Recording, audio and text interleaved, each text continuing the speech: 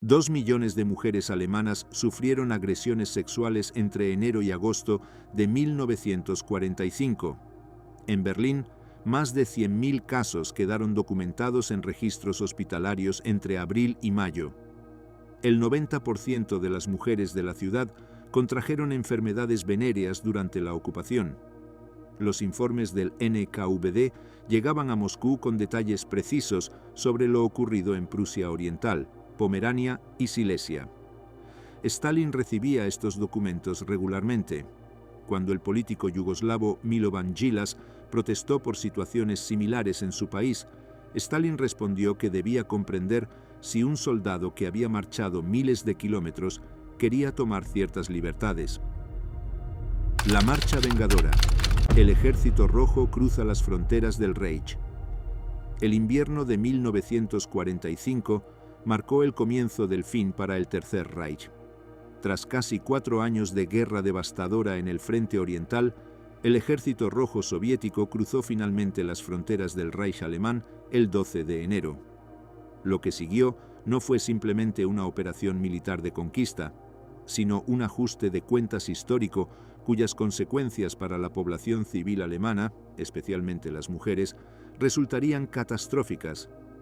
Para comprender la magnitud de lo que estaba por ocurrir, es necesario retroceder a junio de 1941, cuando 3 millones de soldados alemanes invadieron la Unión Soviética en la Operación Barbarroja. La Wehrmacht no llegó como un ejército convencional de ocupación.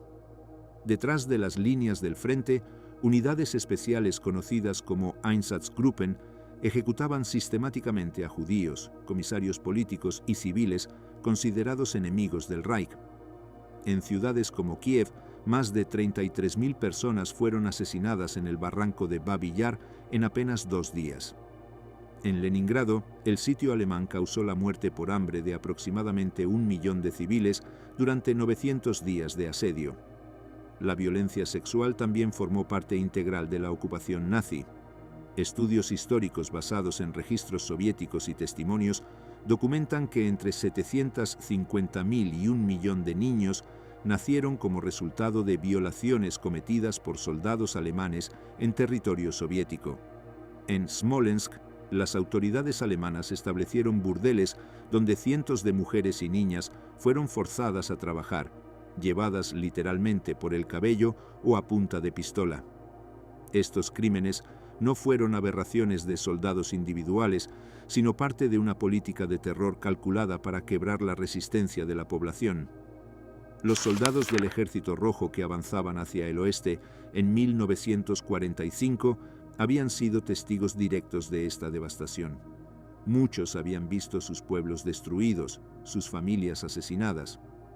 El corresponsal de guerra Vasily Grossman, quien acompañó al Ejército Rojo durante toda su marcha hacia Berlín, documentó en sus cuadernos la destrucción sistemática que encontraban a su paso. Aldeas completamente quemadas, fosas comunes con miles de cuerpos, hospitales donde los alemanes habían ejecutado a todos los pacientes antes de retirarse. Alexander Solzhenitsyn, entonces oficial del Ejército Rojo, capturó el sentimiento predominante en su poema Noches prusianas. Sus versos no ocultan la sed de venganza que animaba a las tropas soviéticas. «Sabéis muy bien que hemos venido a Alemania para vengarnos», escribió, describiendo escenas de violencia indiscriminada contra la población civil. Este deseo de retribución no surgió de la nada, sino de años de propaganda soviética que enfatizaba las atrocidades alemanas y de la experiencia directa de soldados que habían perdido todo. La propaganda jugó un papel crucial en ambos bandos. Durante años, el régimen nazi había alimentado el miedo a la invasión soviética con imágenes de hordas mongólicas sedientas de sangre. Joseph Goebbels, ministro de propaganda del Reich, intensificó este mensaje a medida que el Ejército Rojo se acercaba. Carteles y noticieros mostraban a soldados soviéticos de rasgos asiáticos como bestias salvajes, alimentando un terror racial que tendría consecuencias directas en cómo la población alemana enfrentó la llegada de los soviéticos. Esta propaganda nazi no era completamente inventada. El Ejército Rojo era efectivamente una fuerza multiétnica que incluía soldados de las repúblicas de Asia Central, uzbecos, kazajos, tártaros. Sin embargo, la mayoría de las tropas eran rusos, ucranianos y bielorrusos. La caracterización racial nazi cumplía un doble propósito: movilizar a la población alemana para una resistencia desesperada y, paradójicamente, preparar psicológicamente a las mujeres alemanas para lo peor. En la jerarquía del poder soviético, Joseph Stalin conocía perfectamente el estado de ánimo de sus tropas. Cuando el político yugoslavo Milovan Djilas se quejó de las violaciones cometidas por soldados soviéticos en Yugoslavia, Stalin respondió con indiferencia calculada. Sugirió que Djilas debería comprender si un soldado que había cruzado miles de kilómetros a través de sangre, fuego y muerte, se divertía con una mujer o tomaba alguna bagatela. En otra ocasión, cuando le informaron sobre abusos contra refugiados alemanes, Stalin comentó que se daba demasiadas conferencias a los soldados y que debían tener su propia iniciativa. Esta actitud, desde la cúpula del poder, creó un ambiente de impunidad. Aunque no existe evidencia de que la violación fuera legalmente sancionada como política oficial, la falta de intervención efectiva desde arriba equivalía a una autorización tácita. El mariscal Konstantin Rokossovski intentó emitir la orden número 006 para dirigir los sentimientos de odio hacia la lucha en el campo de batalla, no contra civiles, pero tuvo poco efecto práctico. Algunos comandantes de división tomaron medidas drásticas, incluyendo la ejecución sumaria de soldados sorprendidos en actos de violencia contra civiles, pero estos casos fueron excepciones en un mar de impunidad.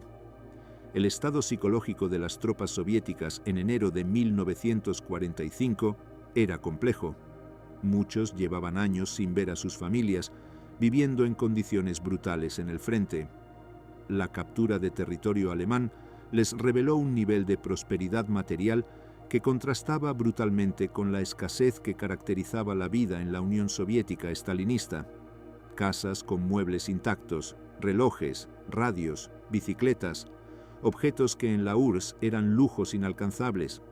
Este descubrimiento alimentó una fiebre de saqueo que se extendió por todos los rangos del ejército. Los primeros horrores. Prusia Oriental bajo el Ejército Rojo.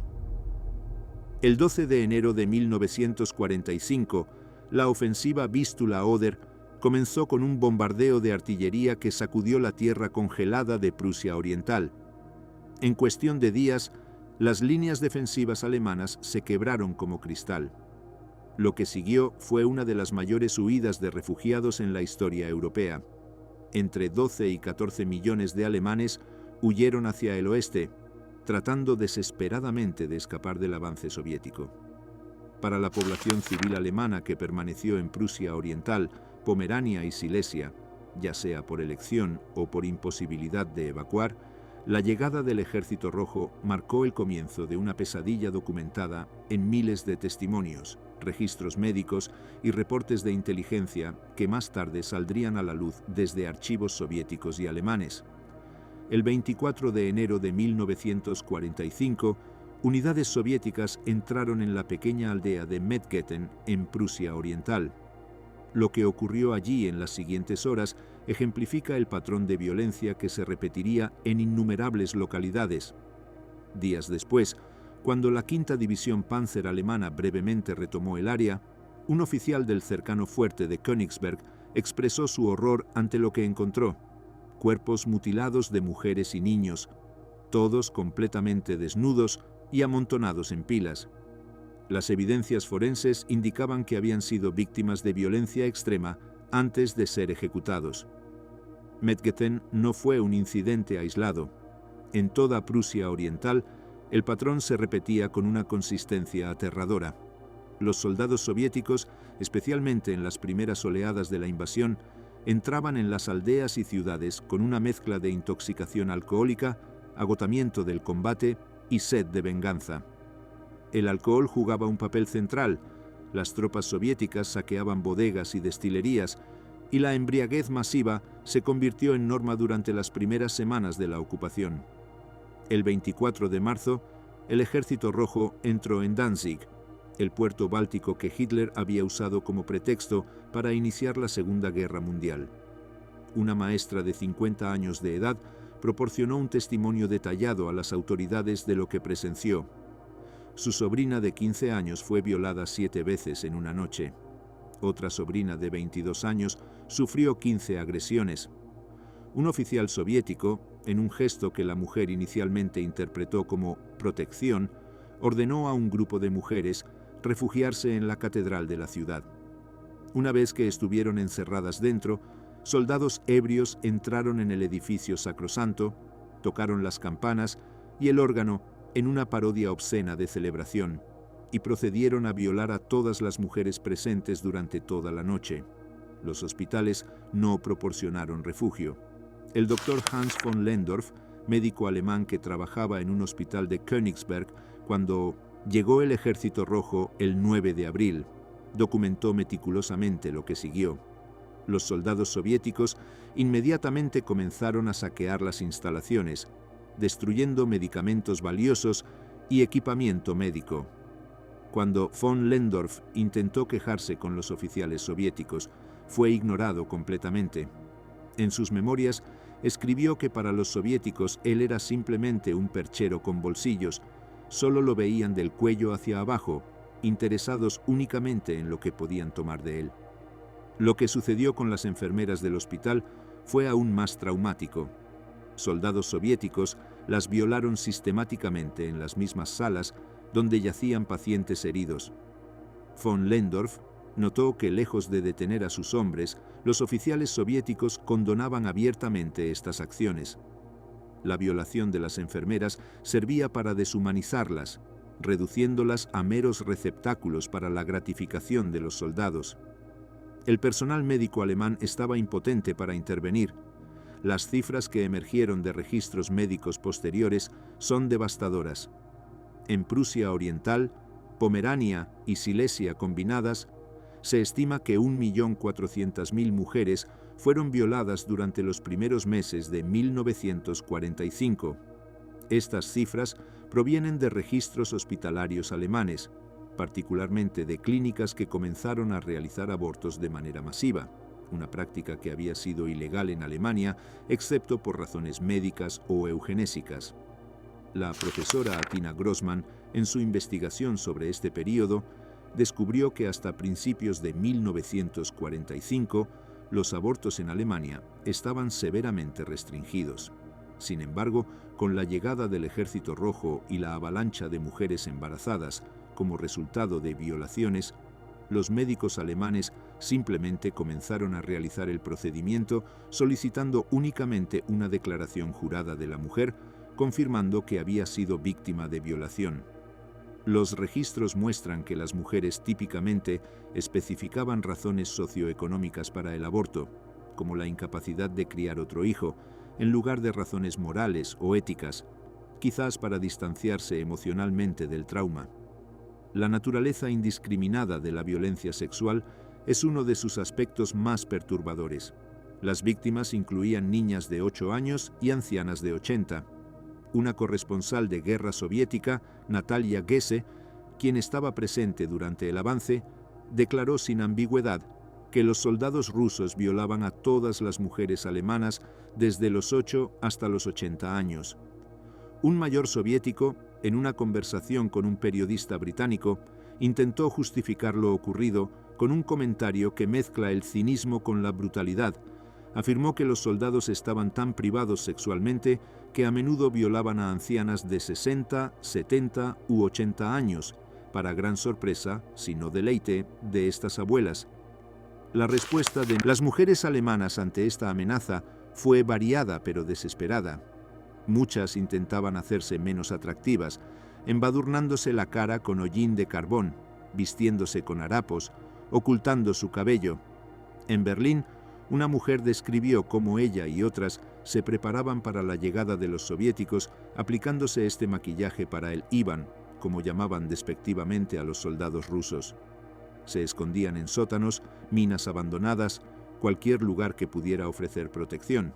Pero la protección era ilusoria. Los soldados soviéticos buscaban sistemáticamente en cada edificio, cada refugio. El grito de Frau komm, mujer ven, pronunciado con acento ruso gutural, se convirtió en el sonido del terror. Las mujeres que intentaban resistirse eran amenazadas con armas.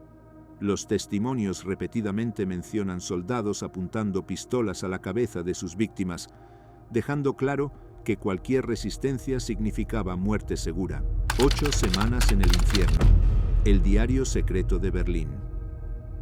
El 20 de abril de 1945, mientras Adolf Hitler celebraba su último cumpleaños en el búnker subterráneo bajo la Cancillería del Reich, el bombardeo de artillería soviético comenzó a caer sobre Berlín con una intensidad que superaba todo lo experimentado anteriormente. 2.500 cañones dispararon simultáneamente, iluminando el cielo nocturno. La batalla final por la capital del Tercer Reich había comenzado.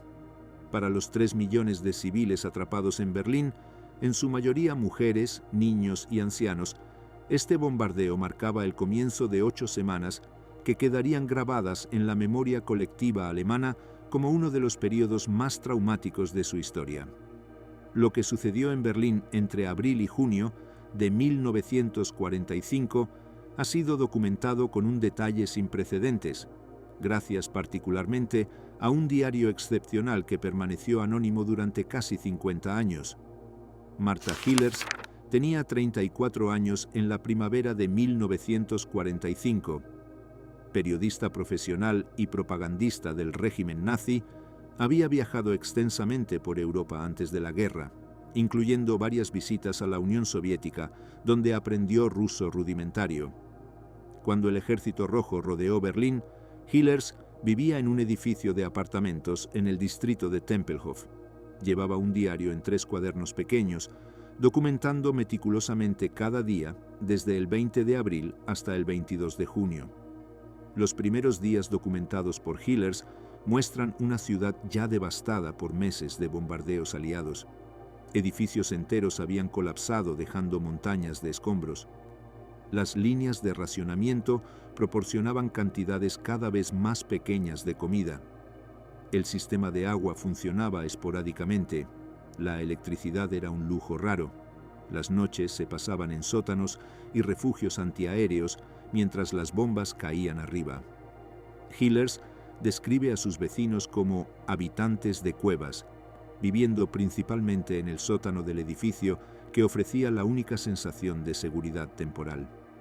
El sonido de la artillería se acercaba cada día. Los rumores circulaban constantemente, historias de violaciones masivas en las áreas que ya habían caído bajo control soviético, relatos de ebriedad descontrolada, de brutalidad indiscriminada. Las mujeres compartían estas historias en voz baja, tratando de prepararse mentalmente para lo inevitable. El 27 de abril, el Ejército Rojo llegó al edificio de Hillers. Ella describe el sonido que todas las mujeres de Berlín aprendieron a temer: botas pesadas subiendo las escaleras, gritos guturales en ruso, el golpeteo violento de culatas de rifle contra puertas. Frau komm, resonaba por los corredores. Los soldados, muchos de ellos ebrios, irrumpían en los apartamentos buscando relojes, mujeres y alcohol, en ese orden. La primera vez que Hillers fue violada ocurrió en la escalera del edificio, justo al lado de la puerta del sótano donde sus vecinos se refugiaban. Ella intentó correr hacia la seguridad del refugio, pero la puerta fue cerrada rápidamente en su cara por los otros residentes, aterrorizados de atraer atención. Manos la agarraron, la arrastraron escaleras arriba. Ella describe la experiencia con una sequedad deliberada, como si documentar los hechos clínicamente fuera la única forma de procesarlos psicológicamente. En los días siguientes, Hillers fue violada repetidamente. Su diario cuenta 8 agresiones en las primeras semanas, pero lo que hace su testimonio particularmente valioso es que no documenta solo su propia experiencia, sino la de todas las mujeres en su edificio y vecindario. La viuda del piso inferior, una mujer de 60 años, fue violada por 3 soldados. Una adolescente de 16 que vivía al final de la calle fue violada por un grupo de 20 hombres en una noche. una niña de 12 años, fue hospitalizada después de ser agredida por varios soldados. Los registros médicos de Berlín, que sobrevivieron parcialmente a la destrucción del final de la guerra, proporcionan confirmación estadística de lo que Hillers documenta anecdóticamente. Entre abril y mayo de 1945, más de 100.000 casos de violación fueron reportados solo en Berlín. Esta cifra proviene de registros hospitalarios, pero los historiadores estiman que representa solo una fracción del número real, ya que muchas mujeres nunca buscaron tratamiento médico por miedo, vergüenza o simple imposibilidad de llegar a un hospital. Las consecuencias médicas fueron devastadoras. El 90% de las mujeres de Berlín contrajeron enfermedades venéreas durante los primeros meses de la ocupación. Los hospitales que aún funcionaban se vieron abrumados por casos de sífilis y gonorrea. Los médicos alemanes, trabajando con suministros médicos limitadísimos, hacían lo que podían, pero las condiciones eran desesperadas. El número de embarazos resultantes de violaciones se disparó. Entre junio de 1945 y junio de 1946, solo en el distrito de Neukölln, en el sureste de Berlín, 996 solicitudes de aborto fueron aprobadas específicamente basándose en violación por soldados soviéticos. Una mujer que acudió a la oficina de salud de Neukölln el 16 de diciembre de 1945 explicó su situación. Hasta ese momento había vivido tan felizmente con mi esposo y los niños. Tenía 4 hijos. Al más pequeño tuve que enterrarlo el 18 de mayo. Tenía 4 meses. Ahora estoy en una condición desesperada. No quiero tener este hijo bajo ninguna circunstancia. El número de suicidios también aumentó dramáticamente. Mujeres de todas las edades elegían la muerte sobre continuar viviendo con el trauma. Algunos suicidios eran individuales, pero también hubo casos de familias enteras que se quitaban la vida juntas. El método más común era el envenenamiento con cianuro, pero también había ahorcamientos, cortes de venas, saltos desde edificios altos. Los registros oficiales de defunción muestran un pico masivo en muertes catalogadas como suicidio durante abril y mayo de 1945. Pero el diario de Hillers también documenta otra dimensión del horror, la estrategia de supervivencia que muchas mujeres desarrollaron. Después de ser violada repetidamente por soldados comunes que la dejaban tirada y pasaban a la siguiente víctima, Hillers tomó una decisión calculada.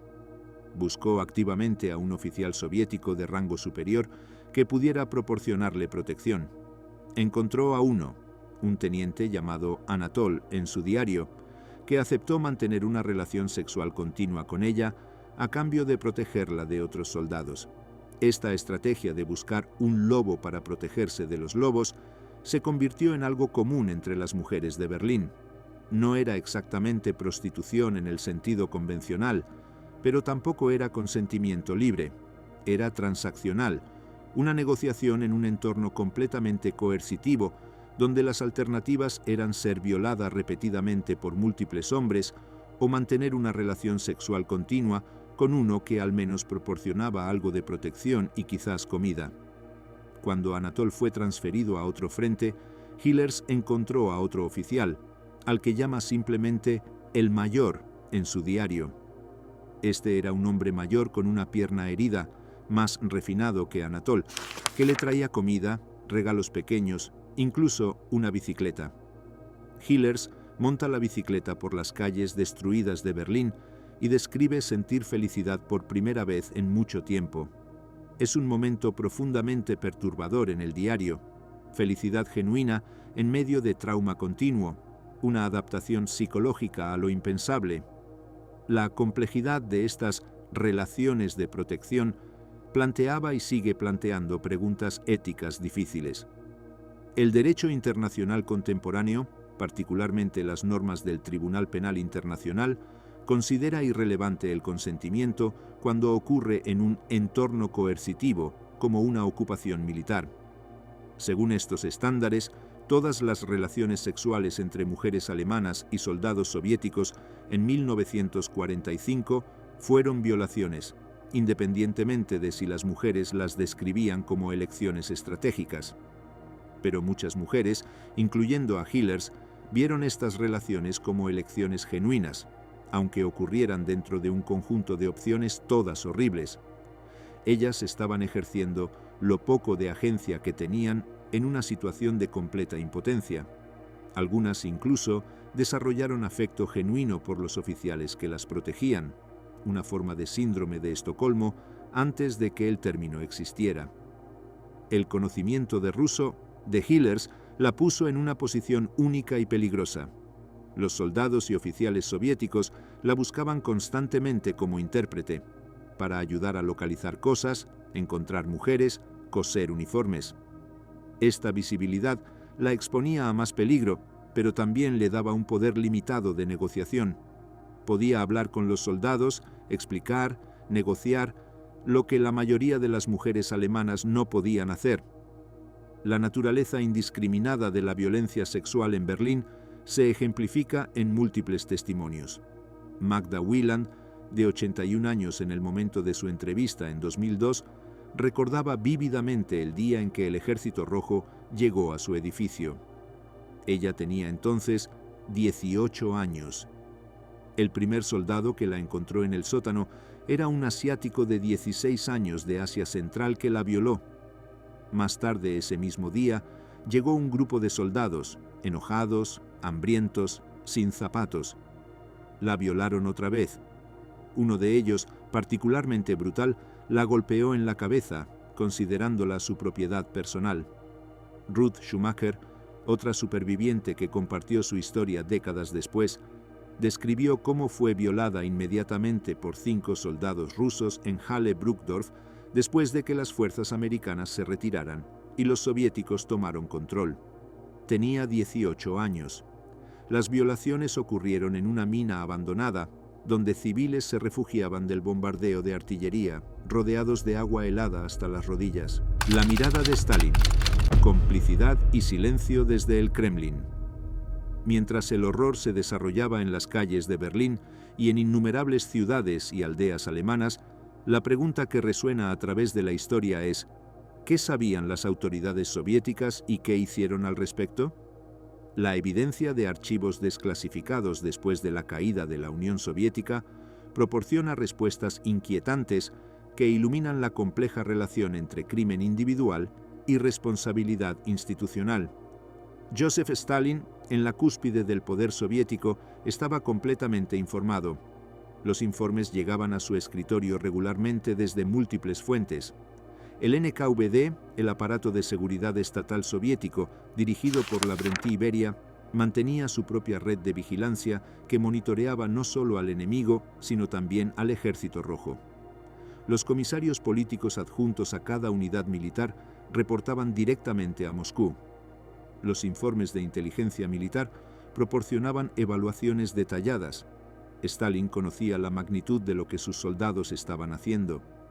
Un documento particularmente revelador del Archivo Estatal de la Federación Rusa, conocido por sus siglas en ruso como GARF, contiene un informe enviado directamente a Stalin y Beria. El documento declaraba sin ambigüedad que muchos alemanes declaran que todas las mujeres alemanas en Prusia Oriental que permanecieron fueron violadas por soldados del Ejército Rojo. El informe continuaba con numerosos ejemplos específicos de violaciones en grupo, incluyendo explícitamente casos de niñas menores de 18 años y ancianas. Los burócratas soviéticos que compilaron estos informes no intentaron ocultar o minimizar lo que estaba ocurriendo. La respuesta de Stalin a esta información fue reveladora en su indiferencia. Cuando Milovan Djilas, el político comunista yugoslavo, se quejó personalmente a Stalin sobre violaciones cometidas por tropas soviéticas en Yugoslavia, Stalin ofreció una respuesta que se ha convertido en infame. Djilas debería entender, sugirió Stalin, si un soldado que había marchado miles de kilómetros a través de sangre y fuego y muerte quería divertirse con una mujer o tomar alguna bagatela. En el sistema moral de Stalin, el sufrimiento padecido por los soldados soviéticos les otorgaba carta blanca para infligir sufrimiento a otros. En otra ocasión documentada, cuando se le informó a Stalin sobre maltrato sexual de refugiados alemanes por soldados del Ejército Rojo, él respondió que se daban demasiadas charlas a los soldados y que necesitaban tener su propia iniciativa. Este comentario es particularmente significativo porque Stalin no estaba simplemente tolerando pasivamente la violencia, sino activamente desalentando intentos de controlarla. En su visión, restringir el comportamiento de los soldados después de su victoria interferiría con su moral y sentido de triunfo. Sin embargo, sería inexacto decir que no hubo ninguna respuesta oficial. El mariscal Konstantin Rokossovski, comandante del Segundo Frente Bielorruso, emitió la orden número 006 en un intento de dirigir los sentimientos de odio hacia la lucha contra el enemigo en el campo de batalla, en lugar de contra civiles. La orden reconocía implícitamente que la violencia contra civiles estaba ocurriendo y era problemática. Pero las palabras en papel tienen poco efecto sin aplicación, y no hubo sistema efectivo para hacer cumplir esta directiva. Algunos comandantes individuales tomaron medidas drásticas. Hay informes de un comandante de división de rifles que personalmente disparó a un teniente que estaba alineando a un grupo de sus hombres frente a una mujer alemana despatarrada en el suelo. Tales actos de justicia sumaria eran gestos individuales de decencia en un mar de impunidad, no parte de ninguna política sistemática. La mayoría de los oficiales no hicieron nada, o peor, participaron ellos mismos. El general Tsigankov, jefe del departamento político del primer frente ucraniano del mariscal Iván Konev, envió un informe particularmente revelador a Moscú sobre las violaciones masivas cometidas contra mujeres soviéticas que habían sido trabajadoras forzadas en Alemania. Lo notable de este informe no era su documentación del crimen, sino su recomendación, que a estas víctimas femeninas no se les permitiera difundir historias negativas sobre el Ejército Rojo cuando fueran repatriadas a la Unión Soviética. La preocupación central de las autoridades no era el bienestar de las víctimas, sino la protección de la reputación del ejército. El 20 de abril de 1945, precisamente el día en que comenzó el asalto final a Berlín, la Stavka, el alto mando soviético, emitió una orden declarando que era necesario mantener buenas relaciones con civiles alemanes para disminuir la resistencia y lograr un fin más rápido de las hostilidades. Esta orden sugiere que las autoridades soviéticas reconocían que la violencia contra civiles era contraproducente militarmente, alargando la resistencia alemana en lugar de quebrarla. Sin embargo, esta consideración puramente táctica tuvo poco efecto en el comportamiento de las tropas. La cuestión de si hubo o no una política oficial de violación como arma de guerra es compleja. No existe ningún documento que ordene explícitamente a las tropas violar a mujeres alemanas. La violación no fue legalmente sancionada como táctica militar, pero la combinación de retórica de venganza desde arriba, la falta de castigo efectivo para perpetradores y la indiferencia de Stalin y la alta jerarquía crearon un ambiente donde la violencia sexual era efectivamente permitida, si no explícitamente ordenada. El profesor ruso Oleg Rzeszewski ha afirmado que 4.148 oficiales del Ejército Rojo y un número significativo de soldados fueron condenados por atrocidades cometidas contra civiles alemanes. Esta cifra, si es precisa, sugiere que hubo algunos intentos de aplicar disciplina militar. Sin embargo, cuando se compara con las estimaciones de 2 millones de víctimas, la proporción de perpetradores castigados versus crímenes cometidos es microscópica. La aplastante mayoría de los soldados que participaron en violencia sexual nunca enfrentaron ninguna consecuencia. El historiador británico Richard Overy ha criticado fuertemente la negativa de historiadores rusos contemporáneos a reconocer plenamente los crímenes de guerra soviéticos. Overy argumenta que esta negación está parcialmente motivada por el sentimiento de que mucho de esto era venganza justificada contra un enemigo que había cometido cosas peores, y parcialmente porque estaban escribiendo la historia de los victoriosos. En la narrativa oficial soviética y postsoviética, el Ejército Rojo era un ejército de liberación que había salvado a Europa del fascismo. Admitir la escala de sus propios crímenes complicaba peligrosamente esta narrativa heroica. La política oficial soviética hacia el saqueo fue inicialmente restrictiva, pero rápidamente se volvió permisiva. Los soldados que regresaban debían pasar por controles aduaneros, que inicialmente limitaban lo que podían llevar de vuelta a la Unión Soviética. Sin embargo, un informe enviado a Stalin ese verano de 1945 enfatizaba que los requisitos aduaneros actuales beneficiaban a especuladores de pueblos fronterizos polacos y no a los soldados soviéticos que regresaban. Como resultado, una resolución fechada el 14 de junio de 1945 corrigió la situación eliminando los controles aduaneros sobre tropas del Ejército Rojo que regresaban. 50 años de silencio. El tabú que Alemania no podía nombrar. Cuando las armas finalmente callaron en mayo de 1945, las mujeres alemanas que habían sobrevivido al trauma de la violencia sexual masiva enfrentaron una segunda victimización: el silencio. Durante más de medio siglo, lo que les había sucedido permaneció como un tema tabú, envuelto en capas de vergüenza personal, culpa colectiva y manipulación política. Este silencio fue impuesto tanto desde afuera como desde adentro, creando un trauma intergeneracional que apenas comenzó a desempacarse a principios del siglo XXI. Ruth Schumacher, quien fue violada por 5 soldados soviéticos cuando tenía 18 años, guardó silencio durante 58 años. Cuando finalmente habló públicamente en 2007, a la edad de 83, explicó por qué había permanecido callada durante tanto tiempo. No quería saber sobre las experiencias de nadie más, y ellas no querían saber sobre las mías. Mi conciencia pesaba lo suficiente, y no quería empeorarla.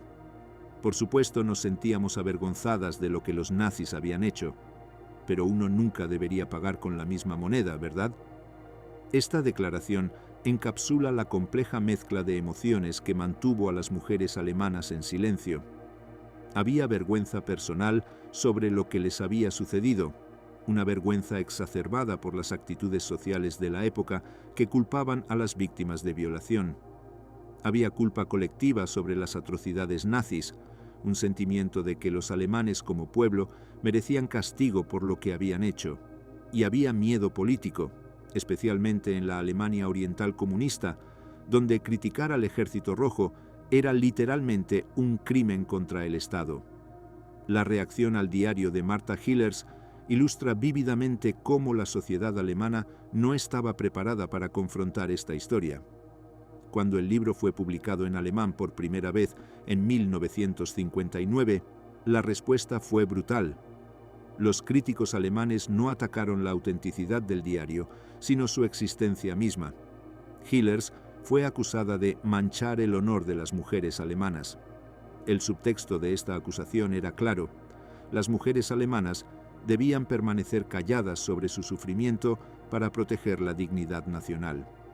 El concepto de honor de las mujeres alemanas era particularmente problemático. Reflejaba una mentalidad donde la violación era vista no como un crimen contra la mujer individual, sino como una afrenta al honor masculino colectivo, a los hombres alemanes que habían fallado en proteger sus mujeres.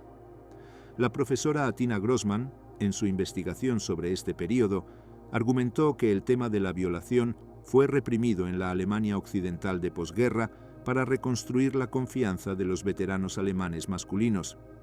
El hecho de que tantas mujeres hubieran sido violadas era percibido como una herida a la virilidad masculina, no como una violación directa de los cuerpos de las mujeres. Esta remasculinización del Estado alemán occidental en los años 50 requería restaurar los roles masculinos tradicionales y la institución masculina de un ejército. Confrontar abiertamente la escala masiva de la violación complicaba esta agenda. Si millones de mujeres alemanas habían sido violadas mientras los hombres alemanes estaban muertos, prisioneros o incapaces de protegerlas, ¿qué decía eso sobre la masculinidad alemana? Era más fácil simplemente no hablar del tema. Avergonzada y herida por la reacción hostil a su libro, Martha Hillers tomó una decisión que resonaría durante décadas. Prohibió cualquier republicación del diario durante su vida. El libro desapareció efectivamente de la circulación en Alemania, disponible solo en bibliotecas especializadas. Hillers vivió el resto de su vida en relativo anonimato, muriendo en Basilea, Suiza, en junio de 2001 a la edad de 90 años. Hasta su último día mantuvo su anonimato, y el libro nunca llevó su nombre en vida. En la Alemania Oriental comunista, el silencio fue aún más absoluto y políticamente impuesto. El régimen comunista de la República Democrática Alemana dependía completamente del apoyo soviético para su existencia. La narrativa oficial era que el Ejército Rojo había liberado a Alemania del fascismo. Cualquier sugerencia de que estos liberadores hubieran cometido atrocidades masivas era inaceptable. La censura era absoluta. La historiadora descubrió que en la Alemania Oriental, futura, toda evidencia de crímenes del Ejército Rojo fue sistemáticamente eliminada de los archivos. Informes, fotografías, documentos sobre saqueos, violaciones, quema de granjas y aldeas por el Ejército Rojo fueron borrados. Lo que no se podía destruir fue sellado en archivos secretos inaccesibles. El Estado comunista alemán oriental participó activamente en ocultar la historia de sus propios ciudadanos. Incluso los intentos de la propaganda soviética y de Alemania Oriental de negar lo ocurrido eran a veces absurdos. Inicialmente, se sugirió que la mayoría de las violaciones fueron conducidas por alemanes disfrazados de soldados soviéticos, incluyendo batallones Werwolf de resistencia nazi. Esta narrativa era tan obviamente falsa que ni siquiera la propaganda oficial pudo mantenerla por mucho tiempo, pero el intento mismo demuestra el nivel de negación institucional. Las consecuencias psicológicas para las supervivientes del silencio forzado fueron profundas y duraderas. Los psicólogos que han estudiado trauma reconocen que hablar sobre experiencias traumáticas es parte esencial del proceso de sanación. Cuando las víctimas son forzadas al silencio, el trauma se enquista, no se procesa y continúa causando daño psicológico durante décadas. Muchas de las mujeres que finalmente hablaron públicamente en los años 2000 describieron haber vivido toda su vida con depresión, ansiedad, dificultades en relaciones íntimas, todo sin entender completamente que estos problemas estaban conectados con el trauma no procesado de 1945. El caso de Hannelore Kohl es particularmente trágico. La esposa del futuro canciller alemán Helmut Kohl, ella fue violada en grupo por soldados soviéticos en mayo de 1945, cuando tenía solo 12 años. Durante la violación, fue arrojada desde una ventana del primer piso, sufriendo una grave lesión de espalda que la afectaría toda su vida. Hannelore sufrió enfermedades largas y serias que expertos consideraban consecuencias del trauma infantil. En 2001 se suicidó.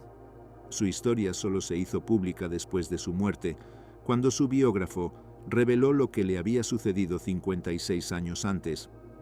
El silencio también tuvo dimensiones generacionales. Las hijas e hijos de mujeres que habían sido violadas frecuentemente sabían que algo terrible había sucedido a sus madres, pero nunca se hablaba abiertamente. Este secreto familiar creaba una atmósfera de trauma no articulado que se transmitía a la siguiente generación. Los psicólogos llaman a esto trauma intergeneracional, donde los efectos del trauma pasan a descendientes que no experimentaron directamente el evento traumático original. En Berlín, el monumento a la memoria de guerra soviético en Treptower Park se convirtió en un símbolo de esta memoria reprimida y las tensiones que generaba. El monumento, dedicado en mayo de 1949, es una estructura masiva de estilo arquitectónico monumental, típicamente soviético. En su centro se encuentra una estatua de un soldado soviético triunfante sosteniendo a un niño alemán, una imagen diseñada para representar al Ejército Rojo como una fuerza benevolente de compasión y justicia. Para muchos berlineses, particularmente mujeres de la generación de guerra, el monumento evocaba sentimientos muy diferentes. Lo llamaban, en conversaciones privadas, la tumba del violador desconocido. Este apodo no oficial expresaba la amarga ironía de un monumento que glorificaba a un ejército que había causado tanto sufrimiento. Pero este comentario solo se hacía en privado, nunca en público. Otro ejemplo de cómo la verdad histórica era conocida pero no podía ser dicha abiertamente. La división de Alemania en este y oeste después de la guerra complicó aún más la memoria de estos eventos. En Occidente, especialmente a medida que la Guerra Fría se intensificaba, hubo algunos intentos de documentar crímenes soviéticos como parte de la propaganda anticomunista. Sin embargo, estos esfuerzos estaban contaminados por su motivación política, y muchos alemanes occidentales sospechaban que las historias de atrocidades soviéticas estaban siendo exageradas con propósitos de propaganda. En los años 50, 60 y 70, la sociedad alemana estaba más interesada en reconstruir que en mirar hacia atrás. El milagro económico de Alemania Occidental proporcionó una narrativa de éxito y renacimiento que no tenía espacio para memorias traumáticas. La cuestión del Holocausto y la culpa alemana por la Segunda Guerra Mundial dominaba cualquier discusión sobre el pasado, dejando poco espacio para considerar a los alemanes como víctimas de cualquier cosa. Los investigadores que intentaron estudiar el tema de las violaciones masivas de 1945 enfrentaron obstáculos significativos. Muchas mujeres supervivientes simplemente se negaban a hablar. Las que estaban dispuestas a hablar frecuentemente insistían en anonimato completo. Los registros médicos que podrían haber proporcionado evidencia estadística habían sido destruidos en muchos casos, ya sea durante el caos del fin de la guerra o deliberadamente después.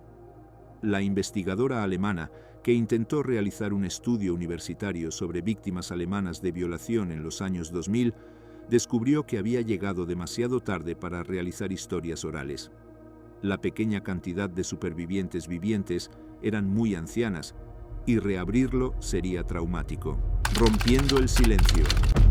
El diario que cambió la historia. El nuevo milenio marcó un cambio fundamental en cómo Alemania y el mundo confrontaban la historia de la violencia sexual masiva al final de la Segunda Guerra Mundial. Lo que había sido un secreto vergonzoso susurrado solo en privado se convirtió en tema de bestsellers, películas, estudios académicos y debate público. Esta transformación no ocurrió por accidente, sino como resultado de múltiples factores convergentes.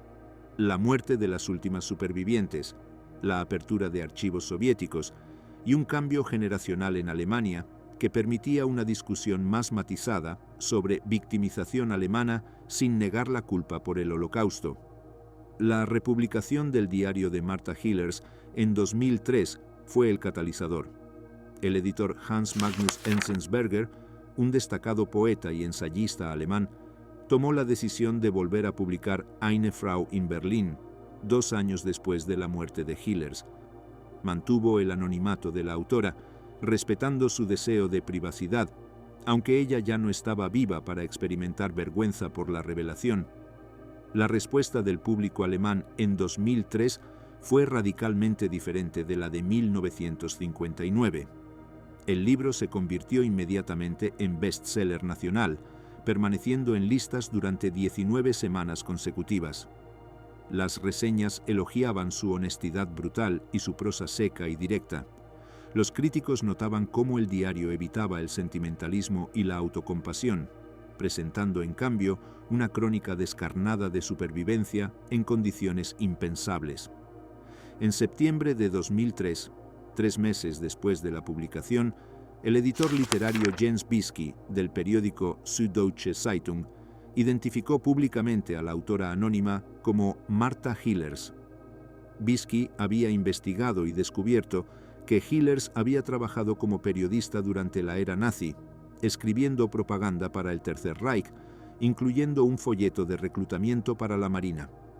Esta revelación causó controversia literaria inmediata.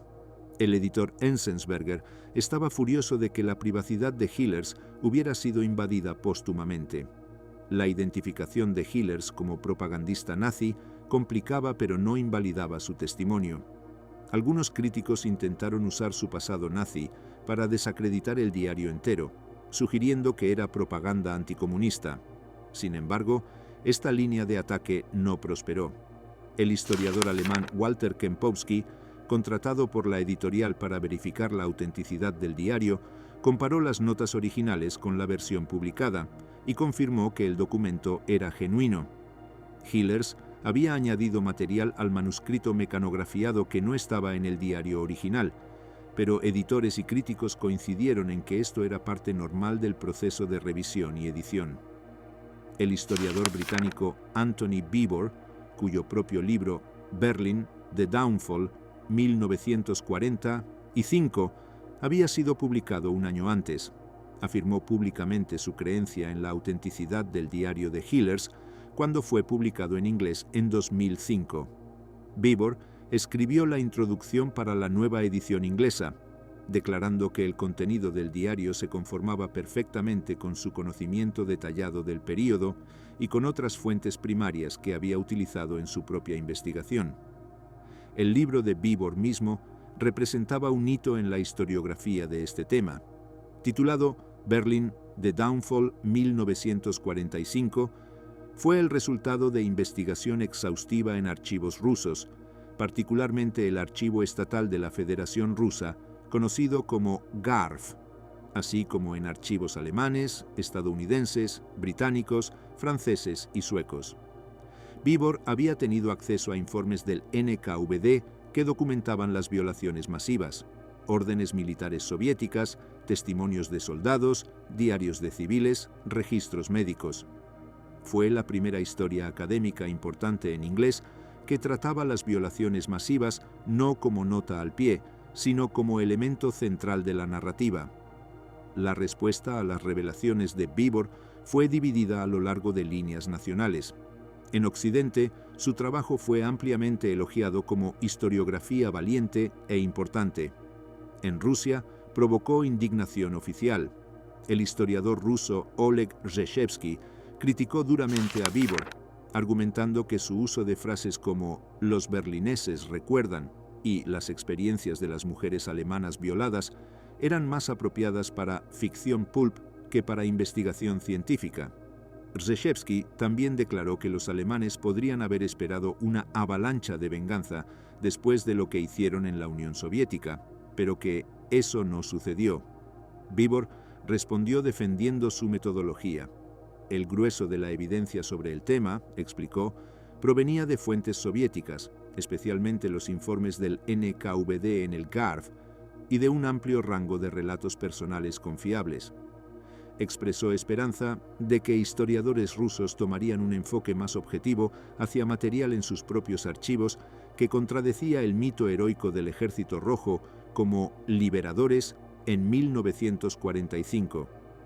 El historiador británico Richard Overy, de la Universidad de Exeter, criticó la reacción rusa, argumentando que historiadores rusos se negaban a reconocer crímenes de guerra soviéticos.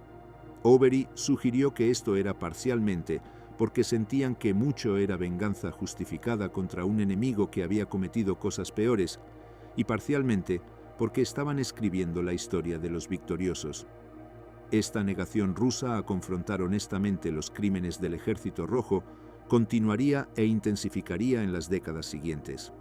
En 2008, el diario de Hillers fue adaptado como película con el título Anónima, Eine Frau in Berlin, dirigida por Max Ferber-Bock y protagonizada por la actriz alemana Nina Hoss en el papel titular. La película llevó la historia a una audiencia masiva. Fue nominada para un premio nacional de cine alemán. La película no evitó los aspectos más brutales de la historia, mostrando múltiples escenas de violencia sexual, pero también capturaba la ambigüedad moral de las relaciones de protección que mujeres como Hillers formaban con oficiales soviéticos para sobrevivir. La película generó debate público extenso en Alemania sobre memoria, culpa y victimización. Programas de televisión dedicaron episodios especiales al tema. Periódicos publicaron artículos de opinión y cartas al editor. Algunas mujeres ancianas, inspiradas por la atención pública, compartieron sus propias experiencias por primera vez. La periodista de televisión alemana Ingeborg Jacobs preparó un documental para la cadena pública ZDF sobre el tema, conduciendo numerosas entrevistas con mujeres afectadas que presentó con sensibilidad y habilidad narrativa. Sin embargo, el debate también reveló tensiones persistentes. Algunos críticos argumentaban que al enfocarse en sufrimiento alemán, estas narrativas corrían el riesgo de relativizar el Holocausto y las atrocidades nazis. Este era un miedo legítimo en un país donde la memoria del Holocausto es central para la identidad nacional de posguerra. Otros respondían que reconocer que alemanes también fueron víctimas en algunos contextos no requería negar o minimizar los crímenes alemanes en otros contextos. Era posible, argumentaban, mantener dos verdades simultáneamente: que los nazis cometieron genocidio y que civiles alemanes inocentes también sufrieron enormemente. Un desarrollo particularmente significativo fue el trabajo de la historiadora alemana Miriam Gebhardt. Su libro Crimes Unspoken: The Rape of German Women at the End of the Second World War, publicado originalmente en alemán en 2015, replanteó el tema de manera fundamental. Gebhardt argumentaba que la narrativa dominante que atribuía la gran mayoría de violaciones exclusivamente al Ejército Rojo era incompleta. Usando registros de hospitales y datos sobre niños de ocupación, ella estimaba que soldados estadounidenses, británicos y franceses también habían cometido violaciones significativas, aunque en menor escala que los soviéticos. Según la investigación de Gebhardt, basada en cifras de la Oficina Federal de Estadísticas de 1956, aproximadamente 68.000 niños de ocupación nacieron de madres alemanas entre 1945 y 1955. De estos, 55% fueron engendrados por estadounidenses, 15% por franceses, 13% por británicos, 5% por soviéticos, 3% por belgas y 10% por otras nacionalidades, usando estimaciones de que 1 de cada 10 embarazos resultantes de violación llegaba a término y que 5% de niños de ocupación fueron concebidos mediante violación. Gebhardt llegó a estimaciones revisadas del número total de violaciones. El trabajo de Gebhardt fue controvertido porque desafiaba la narrativa establecida de que la violencia sexual era principalmente un crimen soviético. Sin embargo, sus hallazgos no negaban que los soviéticos habían cometido la mayoría de las violaciones, solo que el fenómeno era más amplio de lo previamente reconocido. Soldados estadounidenses habían violado mujeres en Baviera. Soldados franceses, particularmente tropas coloniales marroquíes, habían cometido violaciones en el suroeste de Alemania.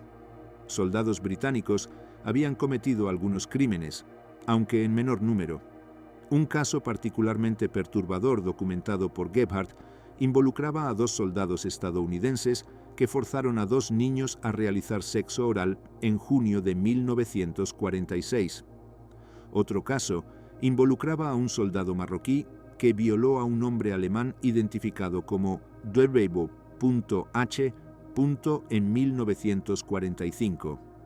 La víctima contrajo sífilis de tercer grado del ataque, pero cuando intentó solicitar compensación 15 años después, las autoridades alemanas negaron el reclamo por falta de evidencia. Gebhardt también notaba que hubo víctimas masculinas de violación, tanto niños como hombres adultos, pero que estaban ausentes de los cálculos debido a falta de datos disponibles. La violación masculina fue frecuentemente minimizada o reinterpretada por las víctimas mismas para evitar estigma social. La investigación sobre este tema comenzó demasiado tarde para historias orales. Los pequeños números de supervivientes vivientes eran muy ancianos y reabrirlo sería traumático. La respuesta de las autoridades a las violaciones variaba por nacionalidad.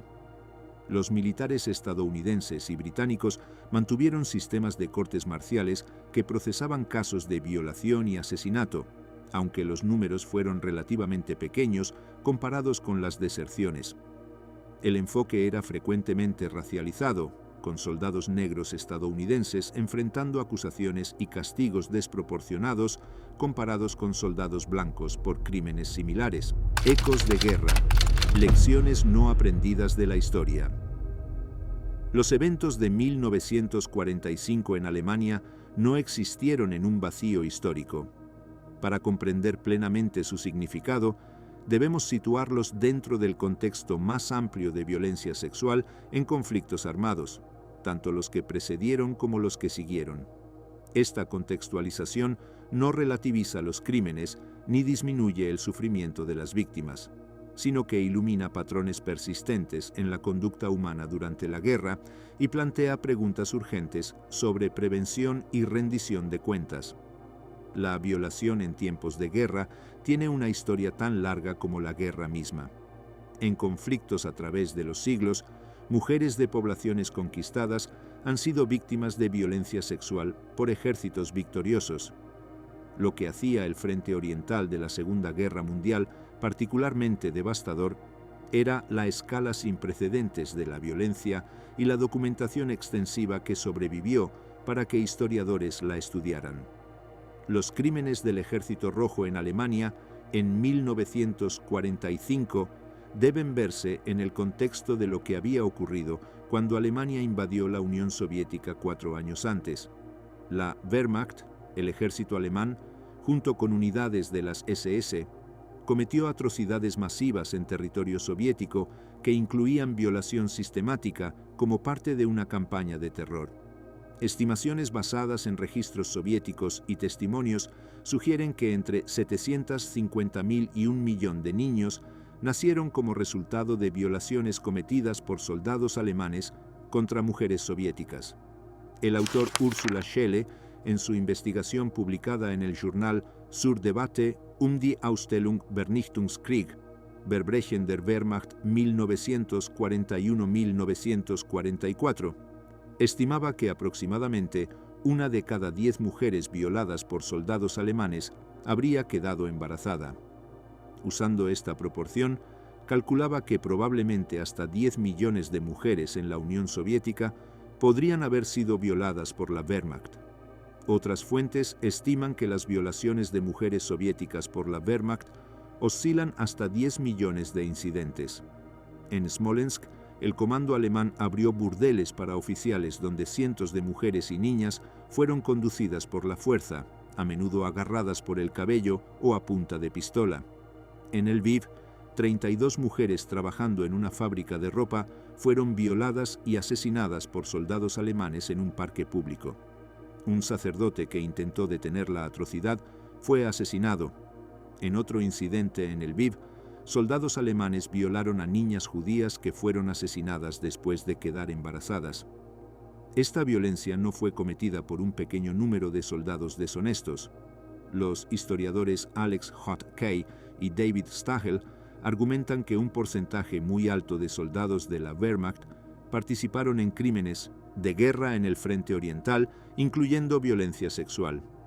La línea entre soldados limpios, que solo lucharon, y criminales de guerra que cometieron atrocidades, es mucho más borrosa de lo que la sociedad alemana de posguerra quería admitir.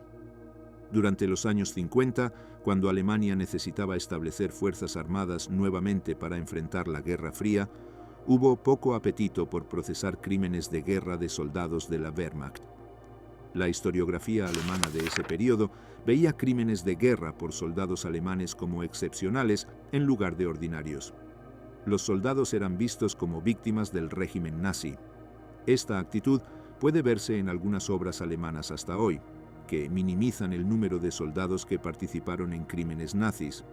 Esto era especialmente el caso porque el público alemán en el periodo inmediato de posguerra estaba más interesado en verse a sí mismo que a otros como víctimas.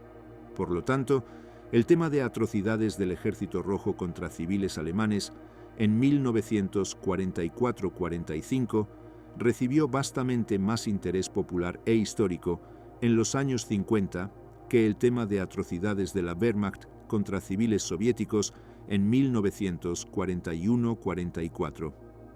Esta asimetría en atención reflejaba no historia objetiva, sino necesidades psicológicas alemanas en ese momento.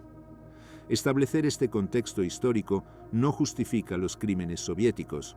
Nada justifica violación, pero ayuda a explicar la mentalidad de venganza que animaba a muchos soldados soviéticos. Ellos habían visto personalmente lo que los alemanes habían hecho en su tierra natal.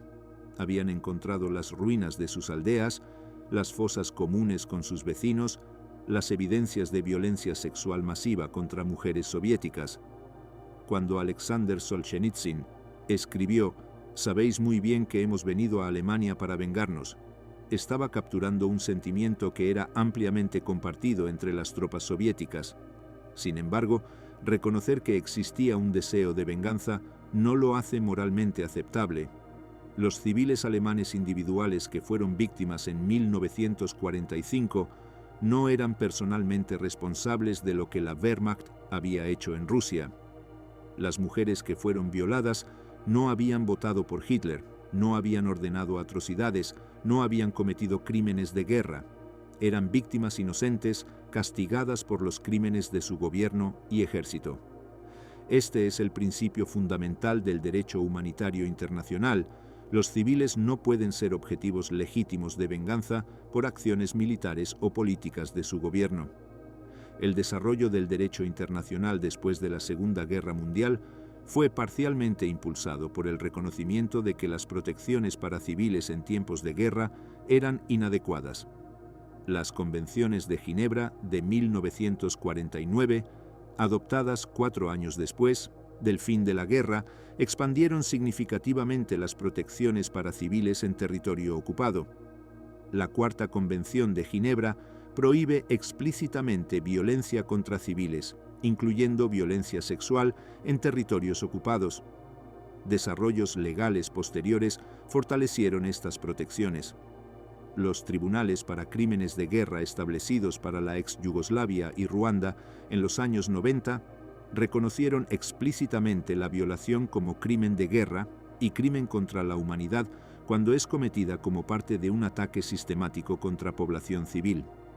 El Estatuto de Roma de la Corte Penal Internacional, adoptado en 1998, incluye violación, esclavitud sexual, prostitución forzada y embarazo forzado como crímenes de lesa humanidad. Un aspecto particularmente importante del desarrollo legal contemporáneo es el concepto de entorno coercitivo. Los tribunales internacionales han establecido que el consentimiento de una víctima a actividad sexual es irrelevante cuando ocurre en un entorno inherentemente coercitivo, como ocupación militar. Aplicado a los eventos de 1945, este estándar significaría que todas las relaciones sexuales entre soldados soviéticos y mujeres alemanas fueron violaciones, independientemente de si las mujeres las describían como elecciones estratégicas de supervivencia. Esta posición legal plantea preguntas filosóficas complejas sobre agencia femenina y victimización.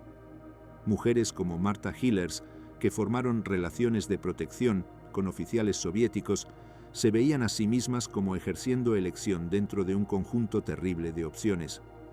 Desde su perspectiva subjetiva, estaban tomando decisiones estratégicas que aumentaban sus posibilidades de supervivencia.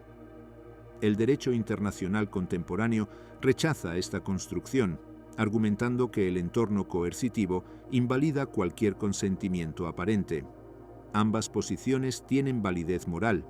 Las mujeres efectivamente estaban ejerciendo agencia, pero esa agencia operaba dentro de un marco de coacción que la viciaba fundamentalmente.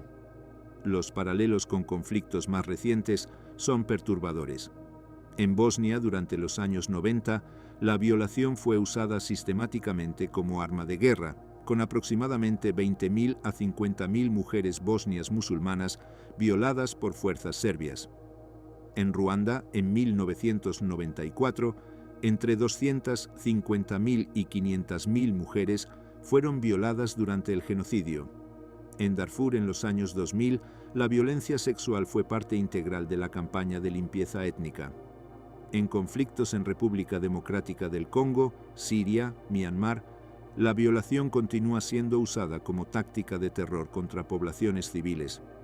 La persistencia de violencia sexual en conflictos armados, a pesar del desarrollo del derecho internacional, demuestra la brecha entre normas legales y realidad práctica. Crear leyes prohibiendo violación en guerra es relativamente fácil. Aplicar esas leyes efectivamente es extraordinariamente difícil. Requiere voluntad política de gobiernos para procesar a sus propios soldados, sistemas de justicia funcionales en contextos de postconflicto y apoyo internacional para tribunales y cortes. La impunidad masiva para perpetradores de violaciones en Alemania en 1945 ilustra este problema persistente. A pesar de que se estima que cientos de miles de soldados soviéticos participaron en violencia sexual, solo 4.148 oficiales y un número no especificado de soldados fueron condenados por atrocidades contra civiles alemanes. Esta proporción minúscula de castigo versus crimen es típica de conflictos armados a través de la historia. Los perpetradores de violencia sexual en guerra raramente enfrentan justicia. Las consecuencias para víctimas son profundas y duraderas. Estudios psicológicos de supervivientes de violación en tiempos de guerra documentan tasas altas de trastorno de estrés postraumático, depresión, ansiedad, problemas de salud física, incluyendo lesiones permanentes, enfermedades sexualmente transmitidas, embarazos no deseados y estigma social. Para muchas víctimas, el trauma continúa afectando sus vidas décadas después del evento. El suicidio de Hannelore Cole en 2001, 56 años después de su violación a los 12 años, ilustra cómo el trauma no procesado puede persistir toda una vida. Las consecuencias sociales también son significativas. En sociedades con estructuras familiares tradicionales y valores de honor, las víctimas de violación frecuentemente enfrentan rechazo por sus propias familias y comunidades. En algunos casos, son vistas como manchadas o contaminadas. Este estigma puede ser tan devastador como la violencia original. El silencio impuesto a las mujeres alemanas después de 1945 era parcialmente debido a este estigma social. Una lección crítica de los eventos de 1945 es la importancia de disciplina militar y liderazgo. Los ejércitos que mantienen disciplina estricta y castigan severamente crímenes contra civiles tienen tasas significativamente más bajas de violencia sexual que ejércitos donde la impunidad es la norma. El Ejército Rojo en 1945 es un ejemplo del segundo tipo, un ejército donde líderes desde Stalin hacia abajo enviaban el mensaje de que crímenes contra alemanes serían tolerados.